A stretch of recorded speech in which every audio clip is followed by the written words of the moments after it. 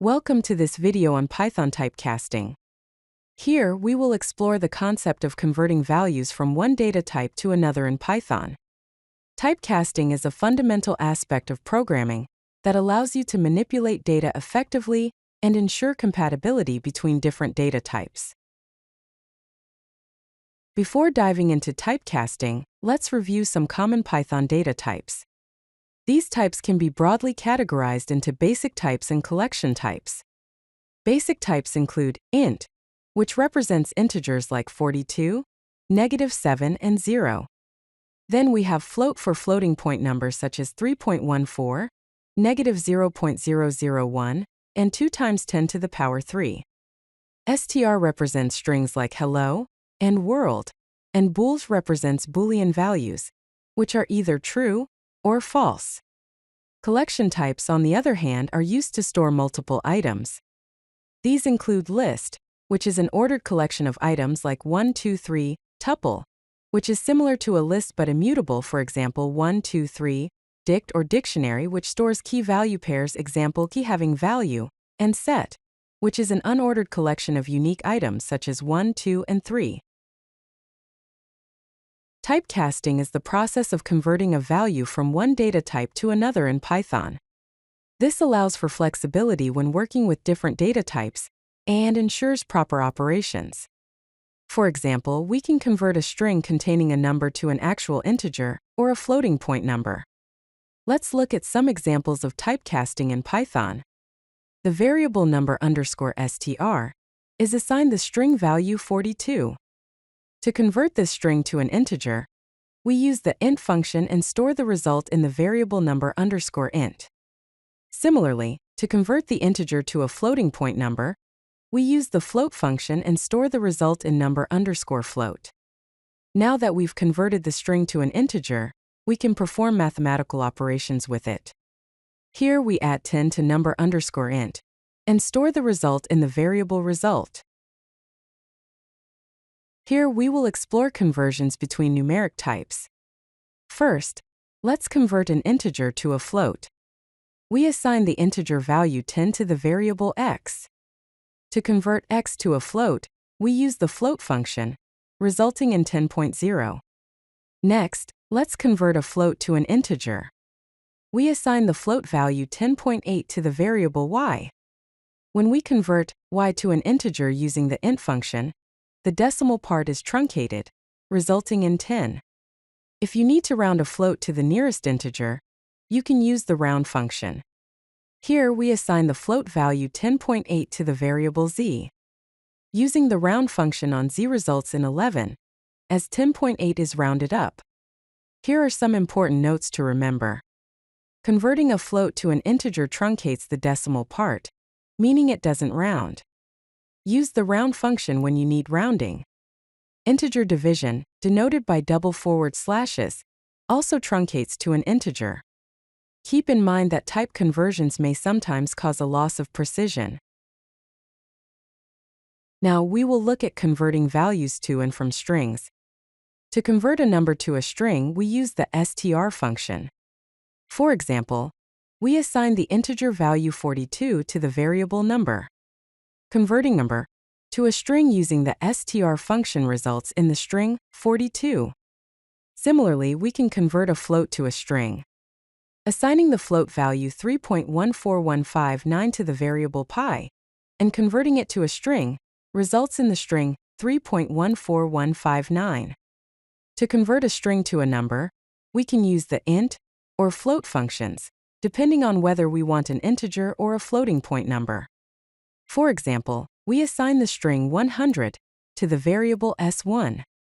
Converting s1 to an integer using the int function results in the integer 100.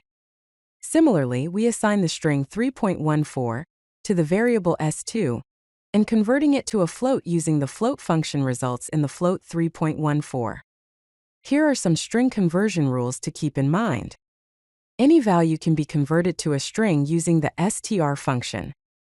Only numeric strings can be converted to integers or floats.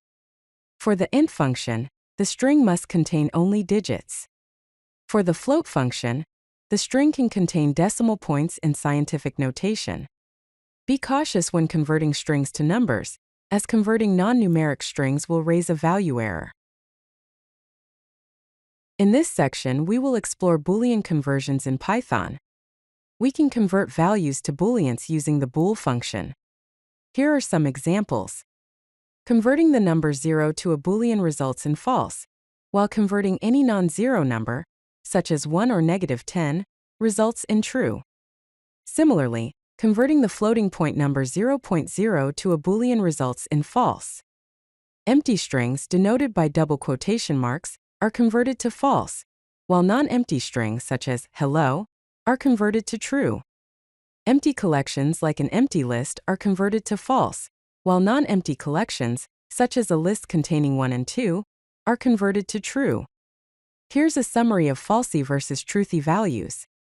0 and 0.0 are falsy values, meaning they are equivalent to false when converted to a Boolean. Empty strings and empty collections, such as empty lists, dictionaries, and tuples, are also falsy values. The value none is also falsy. Non-zero numbers and non-empty collections are truthy values, meaning they are equivalent to true when converted to a Boolean. Now let's discuss collection type conversions. We'll explore how to convert between lists, tuples, and sets. To convert a string to a list of characters, we can use the list function. For example, if we have the string hello assigned to the variable str_value, converting it to a list using the list function will result in a list containing each character of the string. To convert a list to a tuple or a set, we can use the tuple and set functions respectively. For example, if we have the list containing 1, 2, 3, and 3 assigned to the variable my_list, converting it to a tuple using the tuple function will result in a tuple containing the same elements.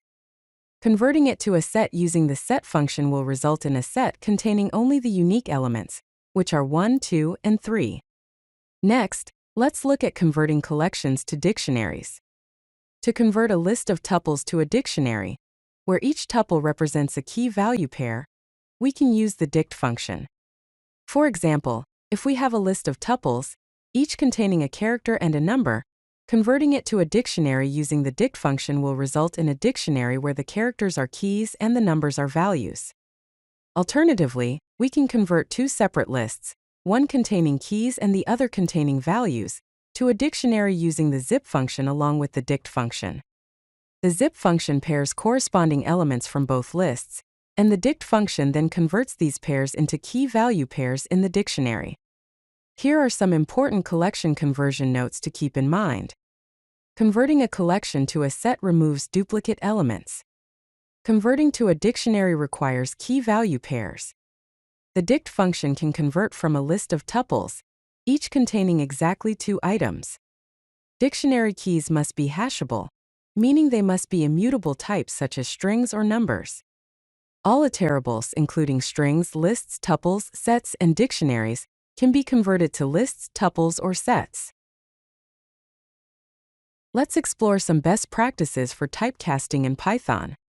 It's recommended to use explicit conversion functions like int, float, and str to make your code clear and understandable. Always validate input before attempting to convert it to ensure it's in the expected format. Handle exceptions such as value error when converting user input to gracefully handle cases where the input is invalid. Use the appropriate conversion function for your specific use case to avoid unexpected results. Remember type-specific behaviors, such as float truncation when converting to an integer. Here's an example of a safe conversion pattern. This code will try to convert a value to integer and return none if it fails. There are also some common pitfalls to avoid. Avoid assuming that all strings can be converted to numbers, as this can lead to errors. Always handle exceptions when converting types to prevent your program from crashing. Be mindful of losing data precision in numeric conversions, especially when converting from float to integer. Avoid confusing implicit conversion with explicit casting, as implicit conversion can sometimes lead to unexpected behavior. Don't forget that the set function removes duplicate elements, so be aware of this when converting collections to sets. Here's an example of error-prone code to avoid. This code will raise a value error because the input string can't be converted to an integer directly. Using the safe conversion pattern discussed previously is advisable. If you like this video, hit that like button and don't forget to subscribe. Visit codelucky.com for more such useful content.